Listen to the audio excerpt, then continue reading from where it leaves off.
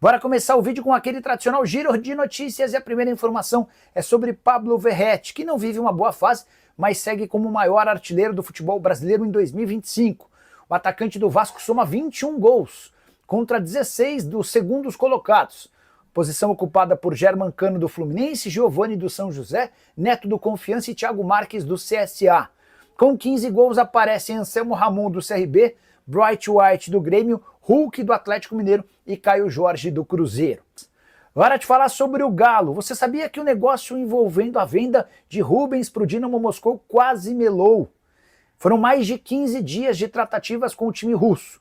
O Atlético fazendo jogo duro até porque não tinha intenção de se desfazer do seu lateral / meio-campista. O Dinamo também muito complicado na hora da negociação e a coisa quase acabou dando para trás. Palavras do Paulo Brax, o executivo de futebol do Galo, abre aspas, a negociação foi e voltou algumas vezes. A gente achou que iria precisar sair da mesa, porque as condições estabelecidas não estavam sendo atendidas. No final das contas, martelo batido, o jogador vai ser reforço do Dinamo Moscou, inclusive já está na Rússia. O Dinamo Moscou vai desembolsar na base dos 10 milhões de euros ou 64 milhões de reais. O Atlético ainda fica com 15% do valor de uma venda futura.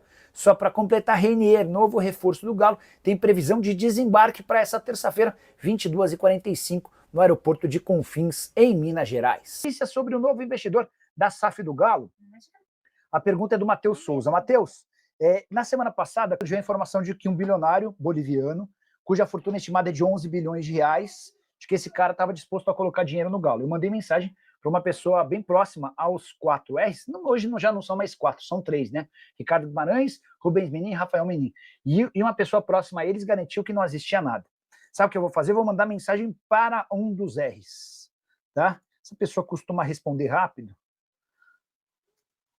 Tudo em ordem por aí. Passando para saber se existe alguma verdade na possibilidade de o Marcelo entrar na SAF do Galo. Mandei aqui, tá? Essa pessoa costuma responder rápido, tomara que responda tão rápido antes da nossa live terminar. Beleza? Se não, se você responder depois, eu conto para vocês no vídeo de amanhã cedo, informação super importante, legal a pergunta do Matheus. O Giovani Braga, notícias do Galo. O que eu estava contando sobre o Atlético nessa segunda-feira? O Renier tem 22, deixa eu pegar o horário certinho, 22h45 em Confins, tá? Sobre o Rubens, uma curiosidade, Rubens, que é reforço do Dinamo, quase não virou atleta da equipe russa, muitas idas e vindas. A percepção que eu tenho de longe é de que é bem difícil negociar com esse time russo.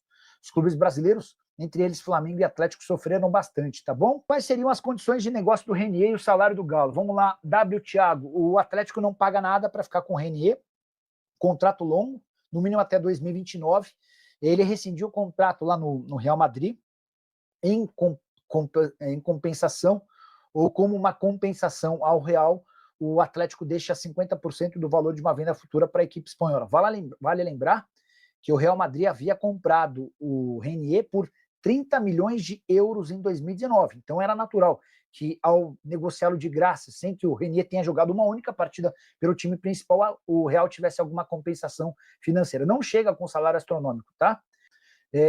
Fernando Brandão, Nicola, quero saber sobre Rafael Tolói.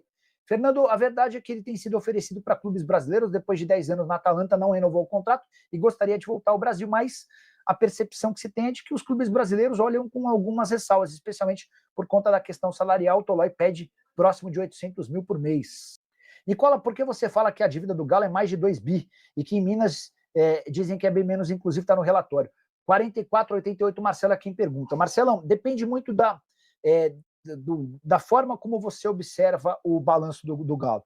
O balanço do Galo pode te levar a 3 interpretações: 1,4, 1,8 ou 2,3 bilhões de reais de dívida, tá? Por que dá para ter essas interpretações? Depende da forma como você calcula. Se você calcula o quanto o clube tem de dívida para pagar, o quanto tem a receber, enfim, você pode levar qualquer uma dessas 3 considerações para valer, tá bom?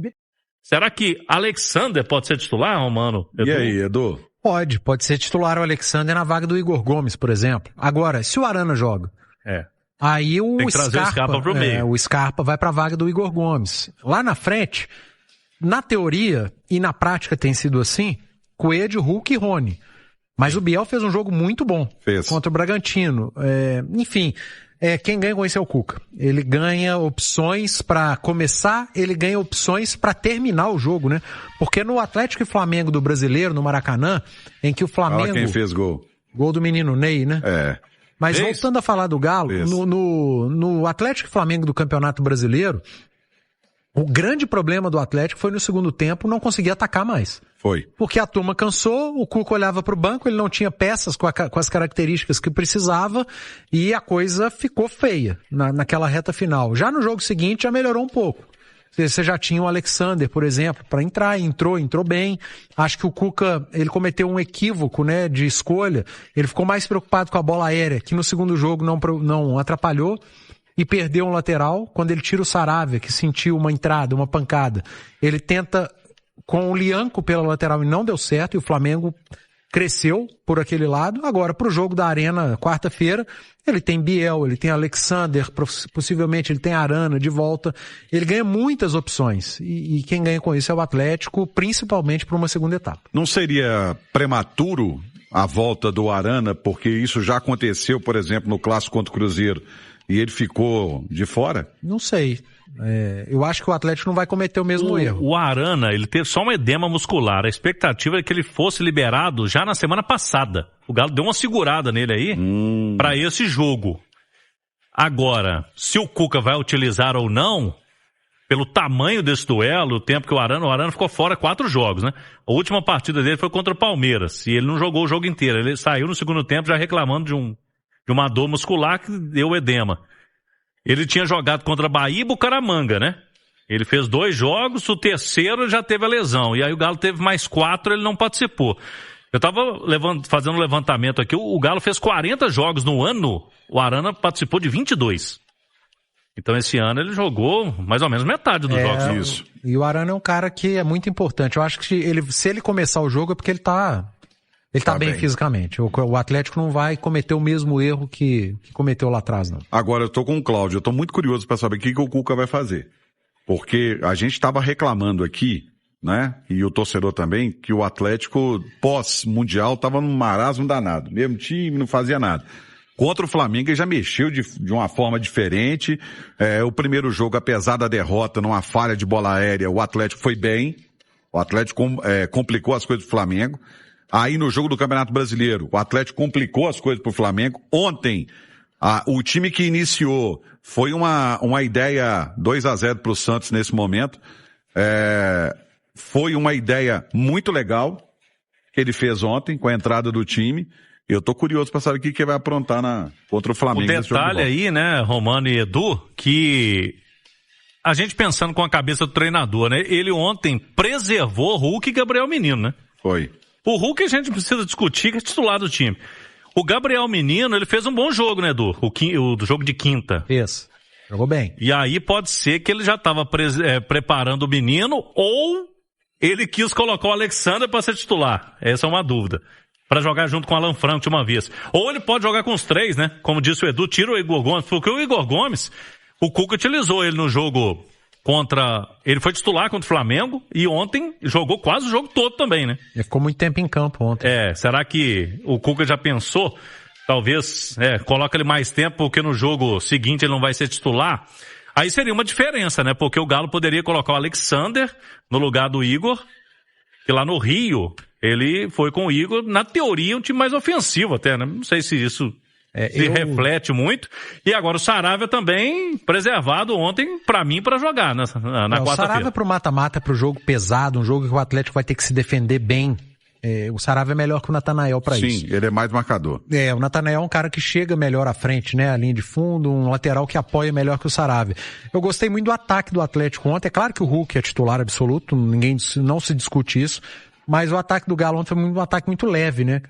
Chegou muito rápido, uma transição muito rápida, incomodou bastante o Bragantino. Pode ser algo a se pensar pro segundo tempo também, né? Pode. Um ataque mais leve. Eu até acho que a característica do jogo do Galo e Flamengo nem favorece muito o Hulk, mas É o Hulk, Mas né? é o Hulk. É o Hulk, né? Não tem como. Não tem como tirar. E eu acho que ontem ele deu uma ensaiada legal do que ele pode fazer no segundo tempo. Concordo com o Edu. Concordo plenamente com o Edu. Sem contar que o Atlético vem de 2 vitórias, como você disse, no momento que estava conturbado.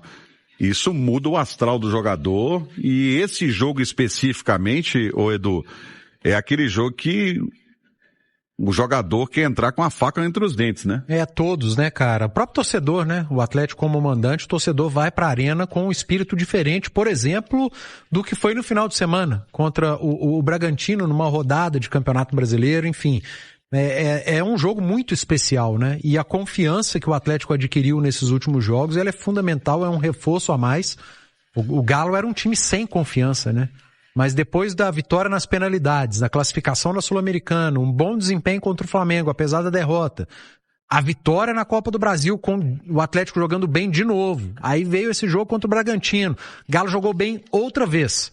Então a confiança, ela tá lá em cima, um Atlético diferente, um torcedor esperançoso, confiante também na equipe. Agora, é um jogo muito diferente, né? Porque é o terceiro confronto entre as duas equipes num prazo ali de 10 dias, né? Então não é fácil pro Cuca, não é fácil pro Felipe Luiz, não é fácil para os jogadores, porque você já tá acostumado, você já tá ambientado, e todo jogo o treinador ele vai estudar e vai pensar em alguma coisa para trazer de novidade, para surpreender o adversário. O Felipe Luiz ele tem mais peças em mãos para fazer isso. Só que o Flamengo tem um jeito específico de jogar e raramente abre mão. O Cuca, ele tem menos talento em mãos, mas o Cuca é um cara que tem mostrado que, se é para estratégia, ele tá ali para isso, para estudar. Agora, tem algo que o Galo não pode abrir mão, né? Que é a concentração. Nível de concentração. O Atlético precisa, no mínimo, fazer igual fez contra o Flamengo nos 2 jogos anteriores. Abaixo disso, é problema. E ontem, por exemplo, o time andou dando uma desconcentrada, né? E com o Flamengo você tem que estar ligado o tempo inteiro. Talvez até a torcida possa ajudar nisso, né? Claro. Talvez a presença do torcedor possa ajudar isso. Ontem o estádio não estava cheio, mas o jogo contra o Flamengo por si só já chama o torcedor. Ontem foram 20 mil torcedores, foi um dos menores públicos do Galo no Campeonato Brasileiro. E agora tem esse duelo, né, com o Flamengo, que a gente vai ter casa cheia. Eu tô bem curioso para saber o que o Cuca vai fazer. Eu acho que eu tô com o Edu, ele vai tentar algo um pouquinho diferente, pelo menos, do que ele fez. Ele mudou de um jogo pro outro, né, Edu? Do Brasileiro para a Copa do Brasil, ele não fez a mesma coisa. E agora ele até tem mais opções, mais peças do que ele tinha. O Arana foi liberado hoje. Ele tem o Saravia, que ele já teve naquele jogo. O Dudu, ele tem de novo, mas aquela partida inicial, o Dudu conseguiu efeito suspensivo muito perto do jogo, né? E agora ele tem os 2 reforços que jogaram como titular, né? Ali não dava pra contar com o Alexander, por exemplo, titular no jogo. Ele até ficou no banco, né? Ficou e entrou no jogo de quinta, mas tinha acabado de chegar, nem tinha treinado. Agora não, ele fez 2 jogos, foi titular no último, e o próprio Biel, né? Que ontem também foi titular. Então, assim, o Cuca tem mais opções para essa partida aí contra a equipe do Flamengo. É isso aí, então, Massa Atleticana. Ficamos por aqui com o vídeo de hoje com as informações do Galo. O Galo que se prepara aí para a partida decisiva contra o Flamengo na Arena MRV, onde o Galo busca aí manter a vantagem e se classificar para as quartas de finais da Copa do Brasil. Galo que venceu a partida de ida no Maracanã por 1-0, com gol do Coelho no segundo tempo, após falha ali do zagueiro do Flamengo, Léo Pereira. Então é isso aí. O Galo agora busca aí a conseguir essa classificação, vai ajudar muito bem financeiramente o clube com o dinheiro da premiação e também elevar muito mais o moral da equipe, né? O Galo que está aí com 2 vitórias seguidas, uma na Copa do Brasil e outra no Campeonato Brasileiro, e agora busca aí a 3ª vitória ou até um empate para poder se classificar para as quartas de finais.